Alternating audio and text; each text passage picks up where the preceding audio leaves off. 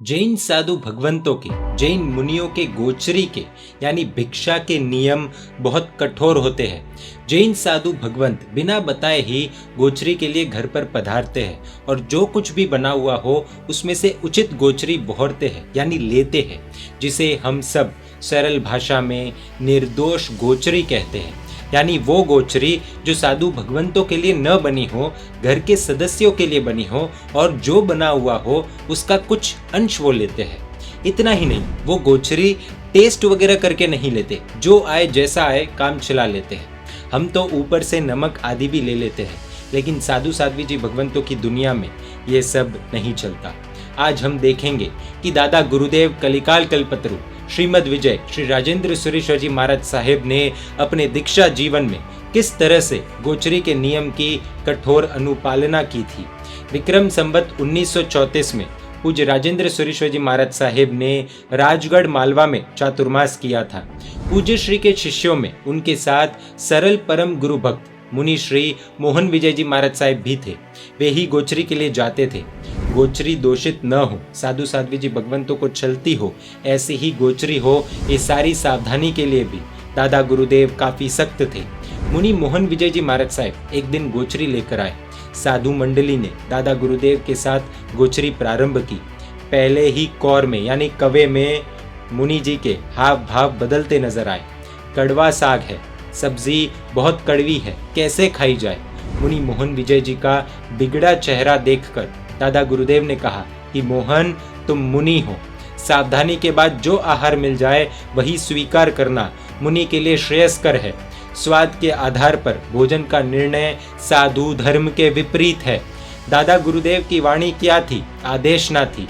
दादा गुरुदेव के कहने का अर्थ ये था कि गोचरी में प्राप्त भोजन को संतोष के साथ ग्रहण करना ही साधु की मर्यादा है। सभी मुनियों ने गोचरी का क्रम पूरा किया और फिर पठन पाठन का क्रम शुरू हुआ। इसी बीच जिसके यहाँ से गोचरी आई थी वह श्रावक भाई के साथ 8-10 अन्य श्रावक भाई गुरुदेव जहाँ ठहरे हुए थे वहां पर वे सब आए। जब वह श्रावक को पता चला कि गोचरी हो गई है, यानी मुनियों ने गोचरी वापर ली है, तो सभी बड़े चिंतित और उदास हो गए। अब यहाँ पर यह संभावना है कि कोई भी श्रावक श्राविका गुरु भगवंतों को कड़वी गोचरी तो नहीं ही बहराएंगे, लेकिन बहराने के बाद हो सकता है जब वे सब अपने घर पर भोजन करने बैठे हो तब उन्हें ये एहसास हुआ होगा कि अरे, ऐसी गोचरी गुरु भगवंत के पात्रे में हमने डाल दी है। सब्जी कड़वी हो तो दो बातें दिमाग में आती है। पहली ये कि गुरु भगवंत जो जैसी गोचरी ले जाते हैं उसे वो वापर लेते हैं यानी खा लेते हैं, तो ऐसी कड़वी गोचरी गुरु भगवंत वापरेंगे, यह पहली चिंता।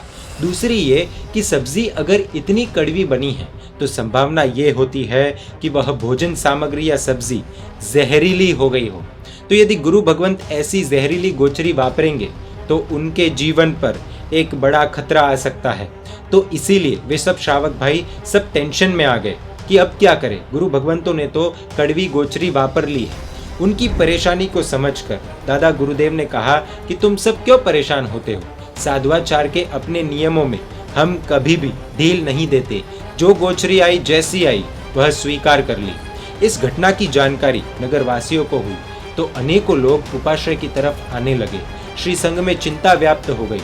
दादा गुरुदेव श्री ने मुनि श्री मोहन विजय जी महाराज साहब को कुछ कहा और उसके पश्चात वे पास के किसी श्रावक के यहाँ गए। वहां से उसकी आज्ञा लेकर नीम के कुछ सूखे पत्ते लेकर आए।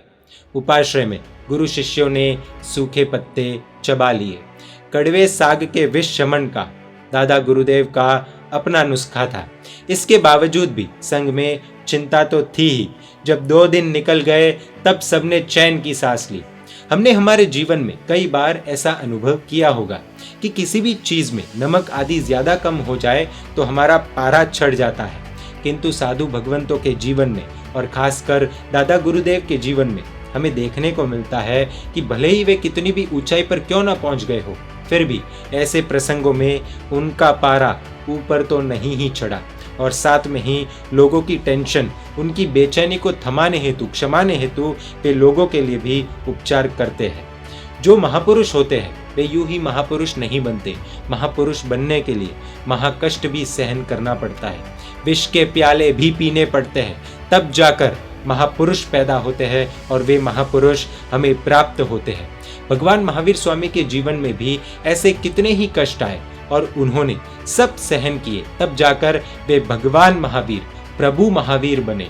ऐसे महान आचार्य भगवंत दादा गुरुदेव, कलिकाल कल्पतरु, श्री राजेंद्र सुरेश्वर जी महाराजा और अन्य सभी साधु साध्वी जी भगवंतों को जो कड़क आचार पालते हैं, उनको नतमस्तक होकर आज हम सब याद करते हैं और दिल से उन्हें वंदन करते हैं। परमात्मा के आज्ञा विरुद्ध कुछ भी कहा हो तो मिच्छामि दुक्कडम। जय जिन शासन, जय महावीर।